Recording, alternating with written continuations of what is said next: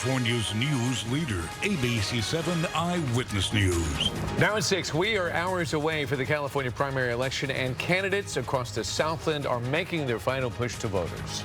The civil case against Rebecca Grossman is now in the hands of jurors. What the parents of 2 boys killed by the socialite are demanding. And then new at 6 o'clock, a new study says a dangerous substance may have spread to other communities after the LA fires. What researchers have discovered. Hello, I'm David Ono. I'm Liz Nagy in for Giovanna Lario, watching Eyewitness News at 6, live on ABC 7 Hulu and wherever you stream. We'll get right to those stories, but first, we begin with breaking news out of Castaic tonight. A very long traffic backup on the 5 freeway as crews mop up a small brush fire there. Crews say the so-called cactus fire burned about 3 to 4 acres, but forward progress has now been stopped. The 2 left lanes on the northbound side of the freeway remain shut down from Lake Hughes Road to Hasley Canyon Road.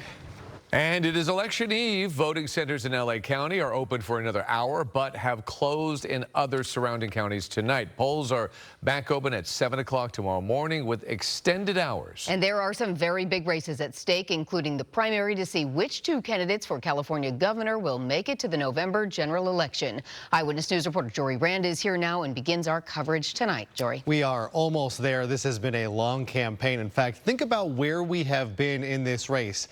When it was early, Katie Porter was the front runner. Some not so flattering videos emerged, and Porter is now running 5th in the single digits. Eric Swalwell was next. He has since dropped out of the race. When that happened, Javier Becerra surged to the front, and that is where he remains, along with Republican Steve Hilton and Democrat Tom Steyer. Talking to some UCLA undergrads in this incredibly beautiful place with some very diverse, turned-on, positive kids. How could I not love doing this? Democratic candidate Tom Steyer spending his final full day of campaigning for governor in Westwood, speaking with students at UCLA. I am optimistic as hell for you, and I'm going to work my ass off to make sure that comes true. The billionaire peppering his answers with several swear words and facing questions about spending $200 million of his own money in this campaign. You're right. My first name for the last year has been billionaire, and a lot of people are very offended by it, and I understand that. I'm the only billionaire on the ballot, but not the only billionaire in the race, because there are a lot of billionaires who think that they know how to make this race turn out the way they want. We are not going to let a billionaire or Trump's hand-picked candidate take over this state. The front-runner in the race, former HHS Secretary Javier Becerra, holding a SoCal rally last night. Long Beach is always in my house. Becerra going hard after Steyer's self-funding while touting his own working-class roots. We are not going to let them buy an election.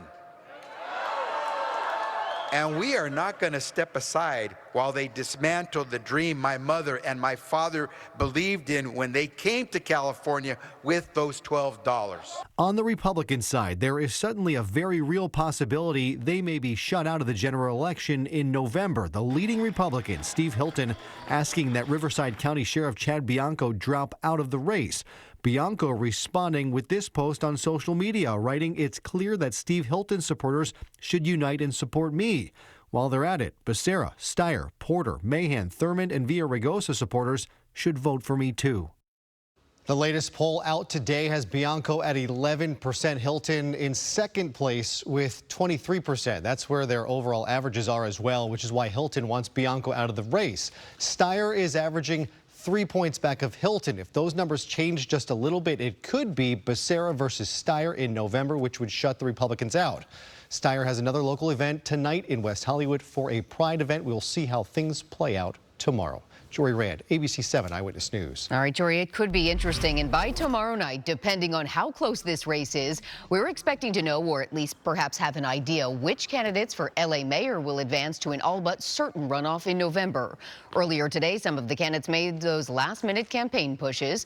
Current Mayor Karen Bass is fighting to keep her job. Bass's former ally, City Council member Nithya Raman, shocked the race when she entered just hours before the filing deadline. And now Raman has picked up some support, making it for a closely contested race.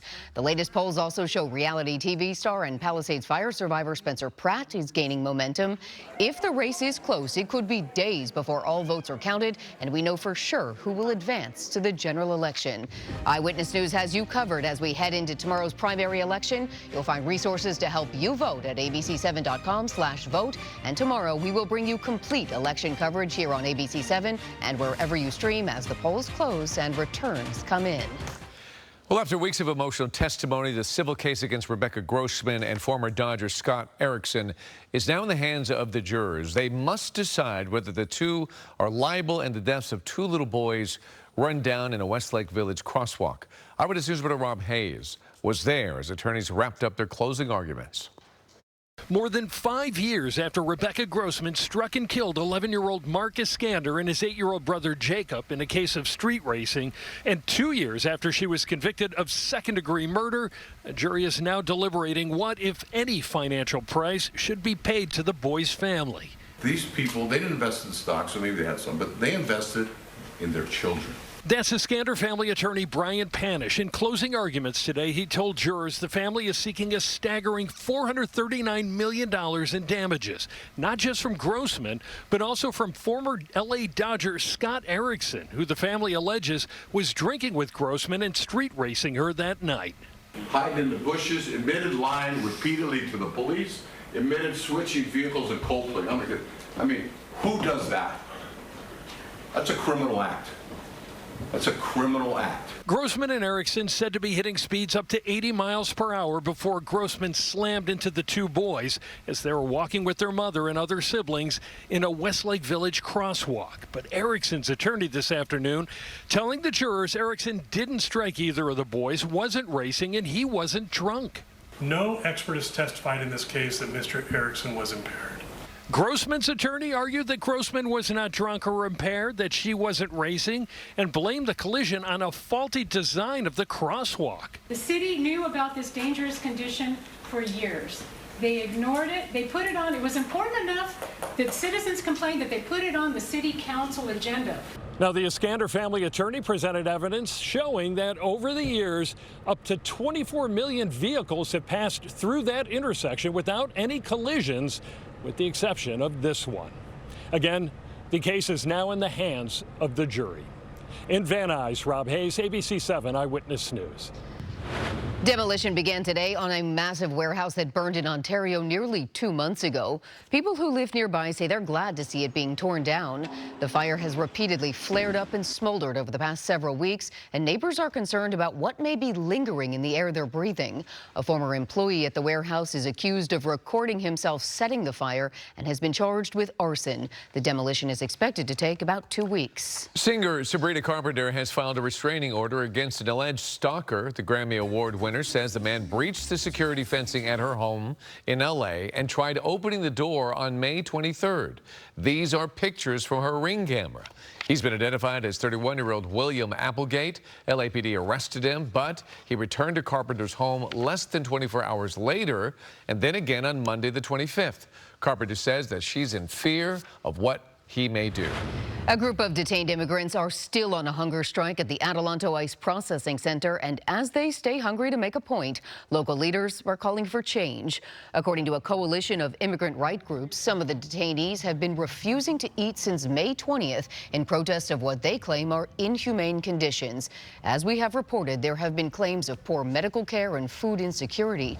The groups say about 40 immigrants are participating in the strike at the Ice Processing Center and the nearby Desert View Annex. Today, some local congressional leaders visited the detainees. We are doing what we can to raise attention to the terrible conditions there, and we want to make sure that they can raise their voices as well. So the more that we can show how terrible a condition Adelanto is, the more that we hope we can bring change.